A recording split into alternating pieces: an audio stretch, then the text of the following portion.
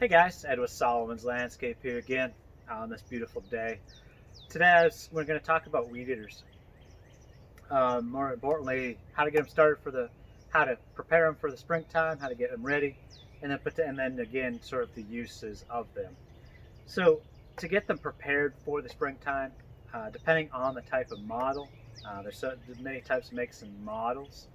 Um, a number of homeowners are actually using battery powered um, weed eaters. And so a lot of times, a lot of this stuff that we're going over right now in the next few minutes actually doesn't apply because the battery powders are all an electric engine, and so they don't need the gas, the oil, anything else like that. So we're just going to talk specifically about the gas versions, um, and then again consult your owner's manual on what proper preventative maintenance to do and the proper fuels.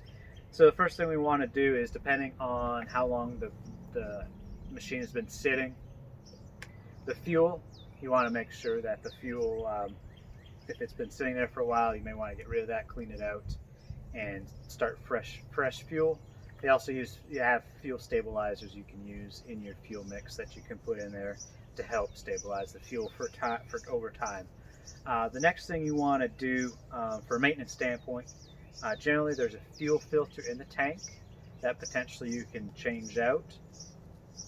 Spark plugs, again, clean or change out. And then the air filter, go ahead and at least make sure it's clean. If it needs to be replaced, go ahead and replace it. At the same time, while you're doing that, just go ahead and check for any damaged or missing parts. Looking, on the weed eater itself, this one does not have any damaged or missing parts. Everything seems to be working order, and so that's one thing you do want to check to make sure before you get everything started. Um, on the fuel itself, most gas engines are premixed, so they have a mixture of gas and oil in the tank. Again, consult your owner's manual if you're not sure. Most that do have it on the gas tank itself, on the gas cap, generally there is a gas pump and a plus with, it looks like a little drop, a water droplet, but it's really an oil droplet. So that just means gas plus oil. So it's a mix. Most will require a 50-to-1 ratio. Some are a little bit less, some are a little bit more. Again, consult your owner's manual and to make sure you get the right mix. You can mix it yourself, which is generally cheaper. They have another option, especially if you don't use it that much, because gas does go bad. That is premixed with the oil itself and fuel stabilizers, so it actually sits on the shelf longer. So those are the options there. So, but generally speaking, that's it. Most gas ones will have a pull cord to start. The electric ones, essentially, as long as you have a charged battery, then and the battery works, you just plug it in and push play, essentially. So very easily used and a lot of less problems and complications. And so, in fact, we're thinking about in the next couple of years um, converting over to electric since they have much better technology now on the market. So the next thing, obviously, depending on your weed eater, will depend on how much string or how you string the line. But make sure you got string in there and go. Every weed eater set up a little bit differently. This one has a bump head, so we can just bump it. And so that's essentially the general things you want to do before you get going. Now, the purpose of a weed eater string trimmer, line trimmer, is to get all the areas that the mower could not get. So, meaning whatever mower that you're using, um, in the tight spaces, maybe against a wall, in a corner where there's a wall, um, in a corner where there's curbs, um, up against objects, maybe around posts. If the post is next to a road, you can't get the mower in between. And so, just really, it's basically the cleanup of the mower, for the mower, where the mower just can't get to. Obviously, the smaller the mower, tighter the places you can get into, and the less weed eating you have to do. And generally speaking, on most homes, there's not a ton of weed eating to be done. But again, it's good to use to help clean up those areas that the mower just can't get to, and that's what it's made for. The general operation, again, this one's a gas-powered one, so making sure we prime, if it has a primer bulb, using the choke, and then pulling on the cord to get it started. Once you get it started, generally speaking, whenever you're using the weed eater itself, depending on where you're at, a lot of times I will start in one place. So I'm at my home, and so what I would typically do on most residential homes is start wherever you start. So for example, today I'm starting back here, but a lot of times if I'm working out of the garage, I would start from the garage. And depending on if you're a left-hander or a right-hander, I'm a right-handed guy, and so the weed eater I hold is going to be sticking out on my left-hand side. So if I'm coming out of that garage, I'm coming around the foundation of the house that will be on my left-hand side. So a lot of times I will follow the foundation of the house. Again, if you have a fence, it might make it a little bit different, but essentially I would go along the inside perimeter, along the actual building of the property, follow the foundation of your building or your home. Once you get that, then I would, once you from your garage, go all the way around the house back to your garage, and then from that point, then I would just make an outer loop around the perimeter. And while I'm doing that, hitting anything in between there. So basically making two passes or two loops, essentially one around the perimeter of the building and then one around the perimeter of your property to hit those areas. Now, I mean, if there's something in the middle, then I might zigzag a little bit, but that's generally how I would go about doing that.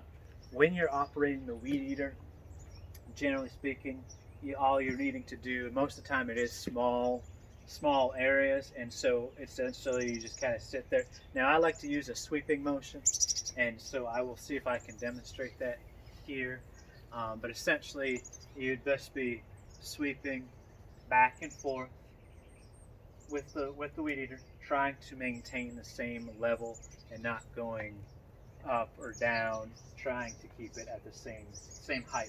Essentially, as you see, my elbow, or you may not see, but my elbow is hitting the head here, and that's how I weed with this model especially.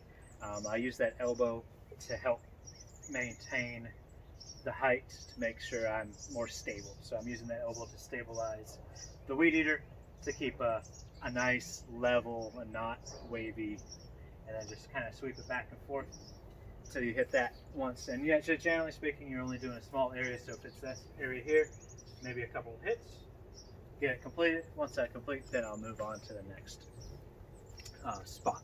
And just as I'm walking, I've been doing it for years. So as I'm walking, I'm kind of looking and checking on spots that are needed. So essentially, that is the weed eater in a nutshell. It's basically just a cleanup on your properties. There's not usually a ton of things.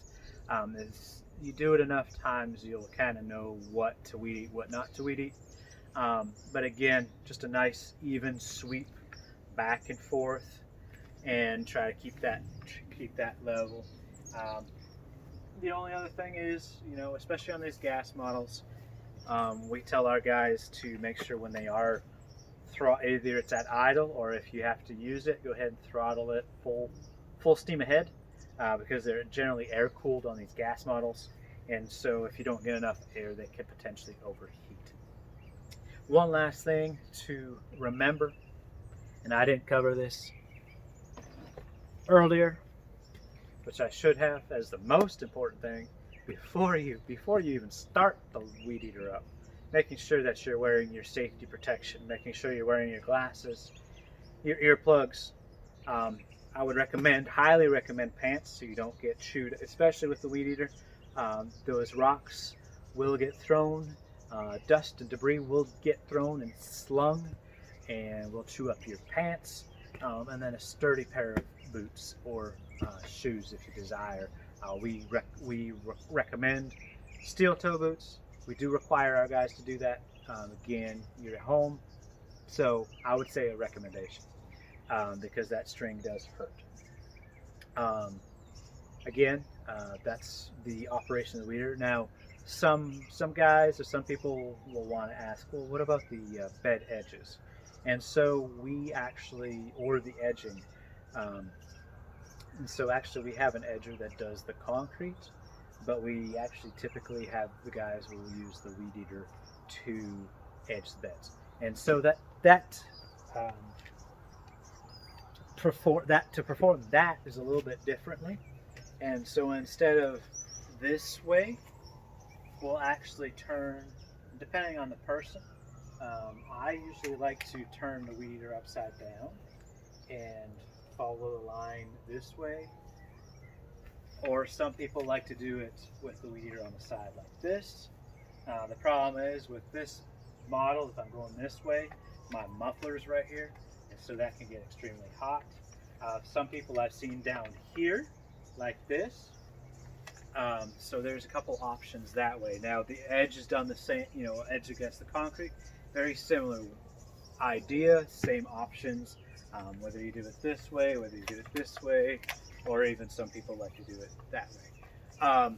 The downfall to the edging with the weed eater is the fact that when you're operating this way, it's very difficult to control the movement this way. So I noticed a lot of times, especially new guys, they'll be going back and forth like this because it's much harder to stabilize the string going up and down when you're doing it this way, because you don't have any way to really stabilize that. Now I could see it this way because it's a little bit easier to stabilize with your elbow, but it still takes some time and practice to get that from going back and forth. And so it does take some practice, and I know even myself to this day sometimes has issues with that, trying to keep that stable enough without going like a little snake. So that's another option that you can do. I prefer the stick edger for especially the concrete, but again the weed eater can do the same thing. It's just a little bit harder to control because of the way it operates. It's supposed to be operating as a weed eater, so if you do that, it can be done. It just takes a little bit more practice. And yeah, so again, stay safe, drink plenty of water, and hopefully that helps you guys. Enjoy the time that you do have to spend outside. I appreciate it. Thanks for watching, and if you have any questions or thoughts, drop them below and we'll answer them as best we can. Thank you very much, and until next time, we'll see you then. Thanks.